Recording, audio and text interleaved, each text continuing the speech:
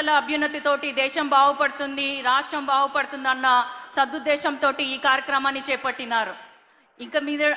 ఇక వరంగల్ విషయానికి వస్తే, వరంగల్ అంటే రేవంత్ అన్నకి ప్రత్యేకమైన ప్రేమ, అభిమానం.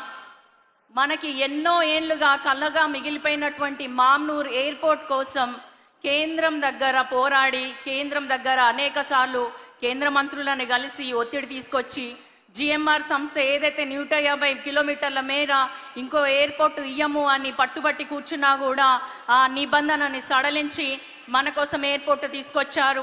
కేవలం మామ్నూర్ ఎయిర్పోర్ట్ అంటే ఎయిర్పోర్ట్గానే కాకుండా ఒక షాపింగ్ కాంప్లెక్స్, పిల్లల కోసం ఒక పార్క్, ఇట్లా చూసుకున్నట్టయితే అదొక పర్యాటక కేంద్రంగా వరంగల్లో మామ్నూర్ ఎయిర్పోర్ట్ని అభివృద్ధి చేయాలన్న సంకల్పంతో ఆయన ఉన్నారు.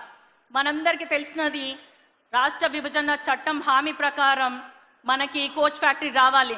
కానీ ఎన్నోసార్లు కేంద్రం మొండికేసినా కూడా అన్నిసార్లు కూడా ఢిల్లీకి వెళ్ళి ఒత్తిడి తీసుకొచ్చి మన కోసం కోచ్ ఫ్యాక్టరీ తీసుకొచ్చారు. రానున్న రోజులలో కాజ్పేట్ డివిజన్గా కూడా రావాలని, నేను ఆయన గారు చొరవ తీసుకోవాలని ప్రత్యేకంగా సీఎం రేవంత్ రెడ్డి గారిని విజ్ఞప్తి చేసుకుంటున్నాను. ఇట్లా చూసుకున్నట్లయితే మన వరంగల్ని క్లీన్ అండ్ గ్రీన్ సిటీగా ఉంచడానికి అండర్ గ్రౌండ్ డ్రైనేజ్ సిస్టమ్కి గాను 4500 కోట్లు నిధులు మంజూరు చేయడం జరిగింది.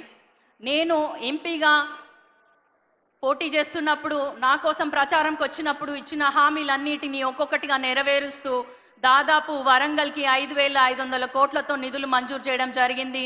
అందులో భాగంగా కూడా మాస్టర్ ప్లాన్ అప్రూవల్ కానీ, ఇన్నర్ రింగ్ రోడ్ కానీ, ఔటర్ రింగ్ రోడ్ కానీ, ఇట్లా వివిధ అభివృద్ధి పనులు మన వరంగల్కి తీసుకొచ్చారు. ఇప్పుడు మనం చూసుకున్నట్టయితే స్టేషన్ గన్పూర్లో కడియం శ్రీహరి గారి మార్క్ కనిపిస్తుంది. దాదాపు 20 ఏళ్ల నుంచి స్టేషన్ గన్పూర్లో ఎటువంటి అభివృద్ధి లేకపోయినా కేవలం సంవత్సరంన్నర కాలంలో ముఖ్యమంత్రి గారి ఆశీర్వాదం వల్ల, తన చొరవ వల్ల, తన తోడ్పాటు వల్ల కూడా 800 కోట్ల వరకు అభివృద్ధి పనులకి ఈరోజు మనం అందరం చూస్తున్నాము, శంకుస్థాపన చేశారు.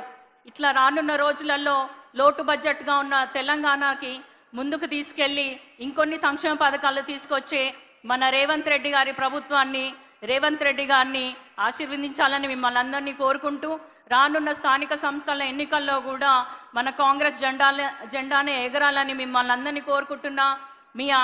మీ ఆశీస్సులు ఇలాగే ఉండాలి, మీ ఆశీర్వాదం ఇలాగే ఉండాలని కోరుకుంటూ, అవకాశం ఇచ్చిన ప్రతి ఒక్కరికి కూడా పేరు పేరున ధన్యవాదాలు తెలియజేసుకుంటూ